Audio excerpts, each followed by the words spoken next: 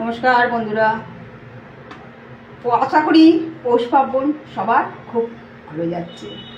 আজকে দ্বিতীয় দিন।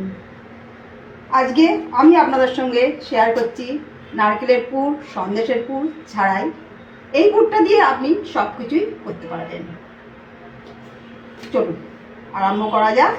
প্রথমে আমি ইন্ডাকশনটা জ্বালিয়ে দিলাম। একটা ফ্রাই প্যান বসিয়ে দিয়েছি। সামান্য ঘিটা আমি দিচ্ছি, কারণ আমরা ঘিটা একটু কম পাই। আপনারা প্রয়োজন হলে কম বেশি করে দিতে পারবেন।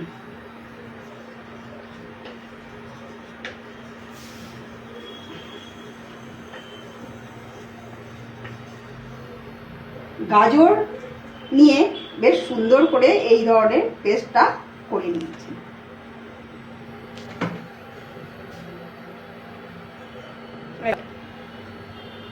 গাজরের পেস্টটা ঠিক এইরকমভাবে মিক্সিতে আমি বেটে নিয়েছি। গাজরগুলোকে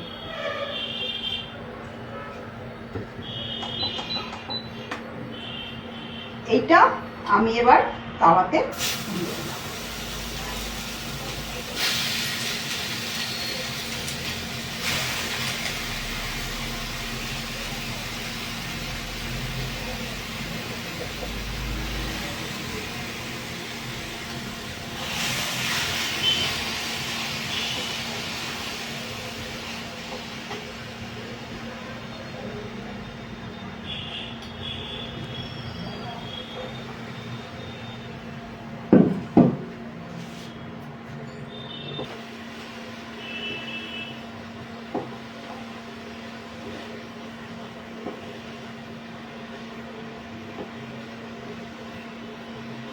এটা খুব সুন্দর করে একটা ভেজে নিতে হবে, যতক্ষণ না একটা সুন্দর গন্ধ ওঠে। আপনারা করলে ঘিটা একটু বেশি দেবেন। যত বেশি ঘি দেবেন তত খেতে সুস্বাদু হবে। আমি রেড কাউটাই বেশি ব্যবহার করি।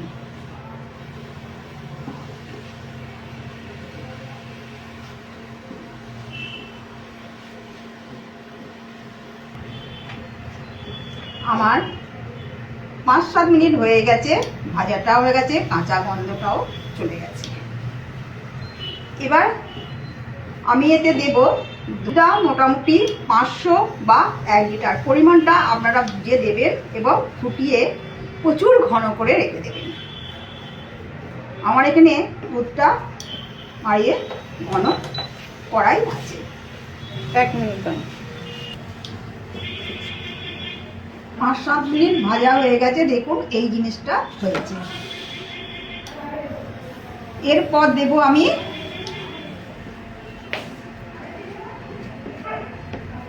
দেড় লিটার দুধ। আমার নেড়ে বেশ ঘন করে রাখা আছে।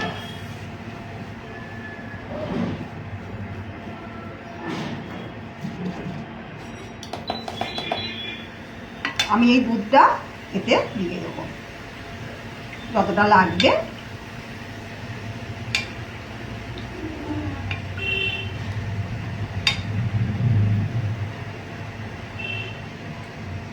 দেখতে পাচ্ছেন দুধের ঘনত্বটা ঠিক এইরকম ঘন দুধটা দিয়ে দেবে।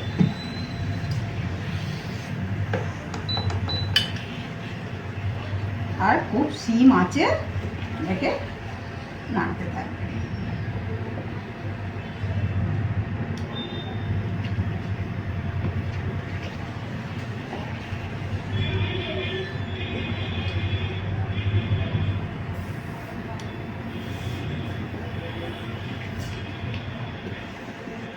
কি সুন্দর কালার এসছে দেখো। এবার এতে আরেকটু দুধ লাগবে।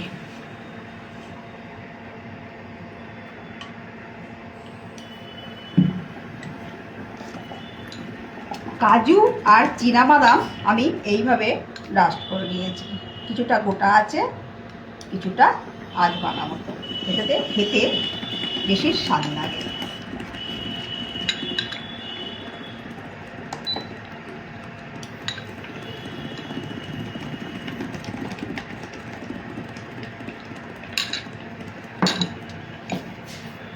মিষ্টিও দেবো খুব অল্প, আপনারা আপনাদের মিষ্টিটা বুঝে দেবেন, আর আমরা মিষ্টিটা খুব কম খাই।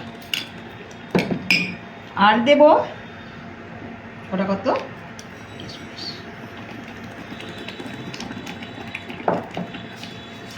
এবার এটাতে অনবরত নাড়তে হবে যতক্ষণ না একদম জিনিসটা ক্ষীরের মতো হচ্ছে।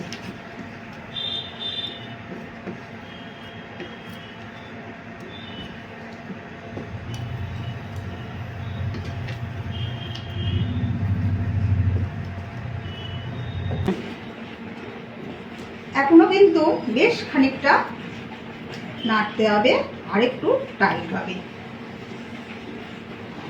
তবে ঠিক ক্ষীরের মতো হবে।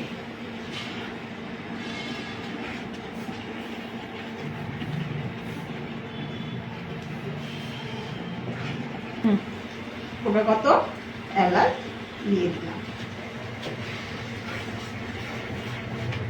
এটা আরো কিছুক্ষণ আপনার নাড়তে হবে বন্ধুরা।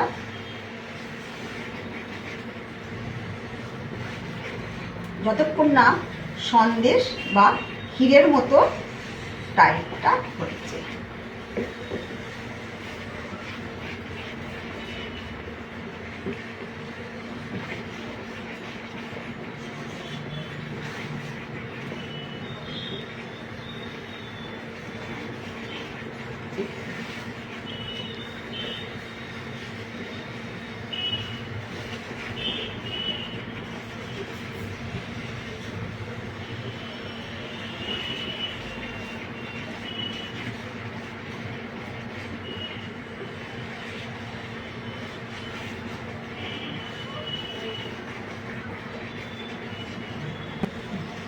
এটাকে অনর্গল নাড়তে থাকতে হবে, কারণ নিচে যাতে না ধরে যায়।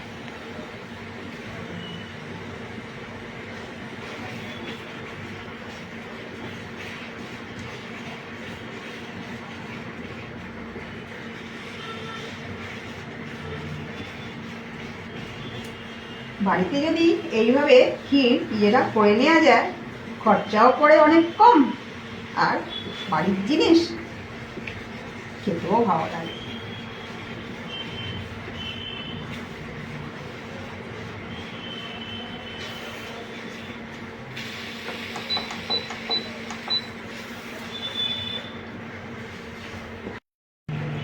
সব সময় নিচেটা এইভাবে তুলে দেবেন, নালে নিচেটাতে ধরে যাবে,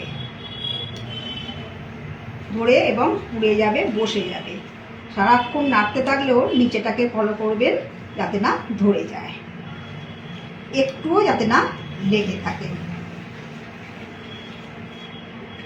এখনো বেশ খানিকটা পাক হবে।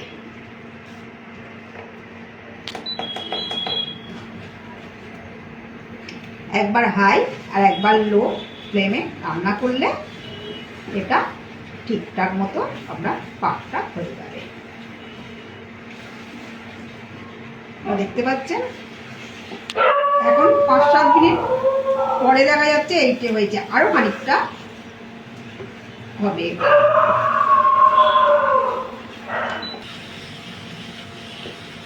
আরো 10 মিনিট কষার পরে এসে দাঁড়ালো এইটা। এবার কিন্তু আমি ইন্ডাকশনটা অফ করে দেব। এটা আমার হয়ে গেছে। এই পুরটা দিয়ে আপনি যা কিছু করে খেতে পারবেন, দুধ পুলি আর সাপটা সব কিছুতে এটা ভালো লাগবে।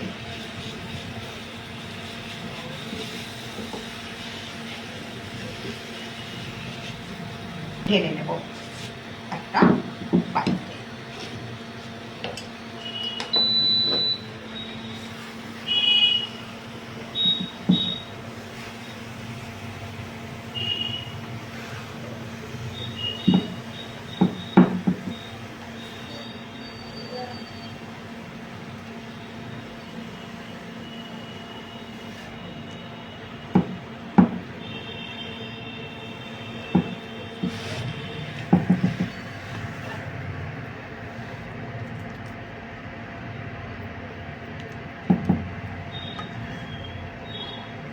কত সুন্দর দেখতে হয়েছে দেখুন। এরমভাবে বাড়িতে জিনিস করে খেলে কিন্তু দারুণ লাগে।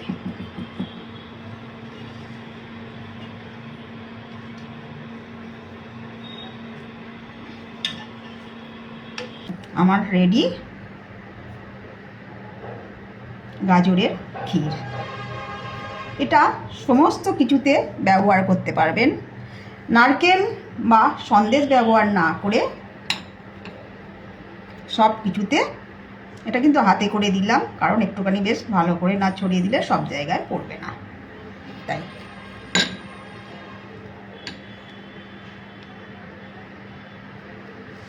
রেডি গাজরের ক্ষীর। যদি ভালো লাগে লাইক কমেন্ট করতে ভুলবেন না, আর শেয়ার করতেও ভুলবেন না। রান্না করে একবার অন্তত করে দেখবেন, ভালো লাগলে অবশ্যই জানাবেন কেমন লাগলো আপনাদের।